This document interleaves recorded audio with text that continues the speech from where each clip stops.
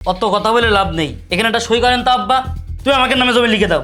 তোরা মানুষ না, আমার বরের অপেক্ষাটা পর্যন্ত করতে পারলি না তোরা। দাও তাড়াতাড়ি লিখে দাও, ও তো ঝামেলা করার দরকার নেই। দাও দাও। কি হলো? কি ব্যাপার? আব্বা কনে গেল? আব্বা, আব্বা, আব্বা, কি হয়েছে আপনার? এই আব্বা তো অসুস্থ হয়ে পড়েছে, অ্যাম্বুলেন্স ডাক দে। ও বুড়ো ভান ধরেছে, জমি লিখে দেবে না তাই নাটক করছে। তোমরা কি মানুষ? আব্বা এখানে অসুস্থ হয়ে পড়ে আছে আর তোমরা এখনো জমি নিয়ে পড়ে আছো। আব্বা ওঠেন, ওঠেন, ওঠেন আব্বা, আস্তে আস্তে ওঠেন আব্বা।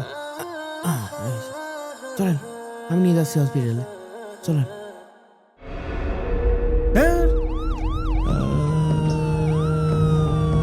ভাই, ও ভাই, একটু তাড়াতাড়ি চলেন ভাই। হ্যাঁ ভাই যাচ্ছি। আব্বা ওঠো, হসপিটালে চলে আইছি।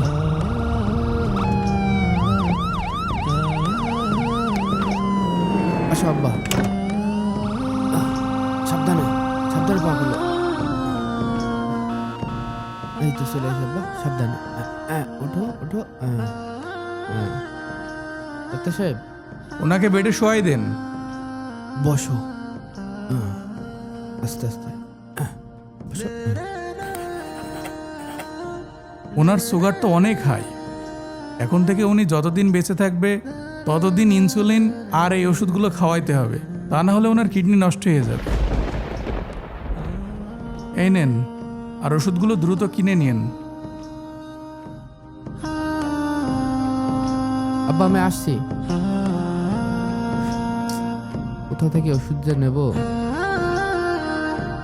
ভাই এই ওষুধগুলো দেন তো।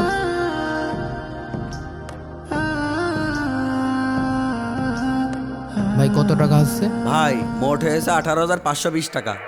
ভাই আমার কাছে তো এত টাকা নেই, আমার কাছে মাত্র 1500 টাকা আছে। মাদ্রাসার বেতন পেলে বাদ বাকি টাকাটা দিয়ে যাবানে, এখন ওষুধটা নিয়ে যাই ভাই। না ভাই হবে না নে ভাই, আগে নগদ টাকা নিয়ে আসেন তারপরে ওষুধ নিয়ে যান। এখন আমি আব্বার ওষুধ কিনবো কি করে? ভাই আব্বার ওষুধ কেনার জন্যই টাকা লাগবে, আমি একা বাইরে দিচ্ছি না। আরে টাকা পয়সা নেই, তোর আব্বা আমাকে জমি লিখে দিইনি, আমরা টাকা দেবো কেন? তুই হুজুর মানুষ, তোর আব্বার জন্যই দোয়া কর, তোর আব্বা ভালো হয়ে যাবে না।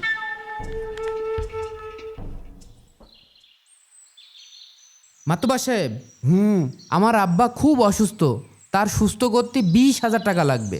আমার কাছ থেকে যদি টাকা নাও, 20,000 টাকা নিতে হলে 5,000 টাকা লাভ দিতে হবে, পারবা? এখন আমি তো মাদ্রাসায় চাকরি করি, এখন 5,000 টাকা সুদে নিলে বিষয়টা কেমন হয়ে যাবে না? আরে মিয়া রাখো যিনি, নিলে নাও, না নিলে যাও। তালি দেন। আচ্ছা এই নাও, মনে রেখো 5,000 টাকা লাভ দিতে হবে, ঠিক আছে। ভুলে যাও না, মনে রেখো 5,000 টাকা লাভ দিতে হবে। আকিব সাহেব,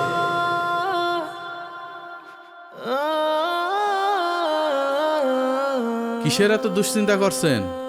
আব্বার ডায়াবেটিক্স ধরা পড়েছে, ইনসুলিন আর ওষুধের খরচ দিতে দিতে আমি আর পারছি না। গ্রামের এক মাতুব্বারের কাছ থেকে কিছু টাকা ধার করেছিলাম, খুব বিরক্ত করছে, কি যে করব কিছুই বুঝতে পারছি না। আরে মিয়া, সমাধান তো আপনার হাতের কাছে। আমার শ্বশুরেরও একই অবস্থা ছিল, প্রতিদিন ইনসুলিন নিতে নিতে অতিষ্ঠ। তারপরে আমি বনভূমি ডায়াবেটিক্স চা এনে দিলাম। চা খেয়ে কি ডায়াবেটিক্স কমে নাকি? আরে হ্যাঁ, মাত্র 15 দিন খেয়ে আমার শ্বশুরের সুগার কন্ট্রোলে। এই দেখেন, বনভূমি ডায়াবেটিক্স চা। বনভূমি ডায়াবেটিক্স চা? এটা খেলে ইনশাল্লাহ ডায়াবেটিক্স কন্ট্রোলে আসবে। ঠিক আছে, আব্বার তালি খাওয়াই দেখি কত দূর কি হয়। শুক্রিয়া। শুক্রিয়া, আলহামদুলিল্লাহ।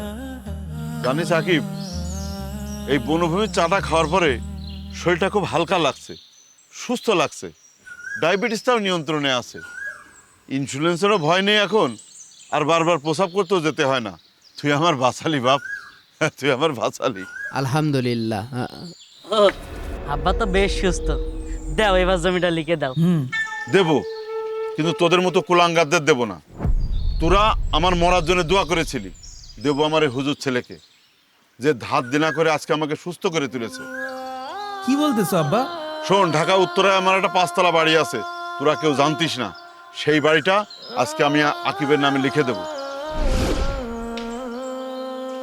কারণ সম্পদের উত্তরাধিকার সেই হওয়ার যোগ্য যে তার পিতামাতাকে যত্ন করে। আব্বা, আমার সম্পদের দরকার নেই, তুমি সুস্থ আছো, এটাই তো বড় সম্পদ।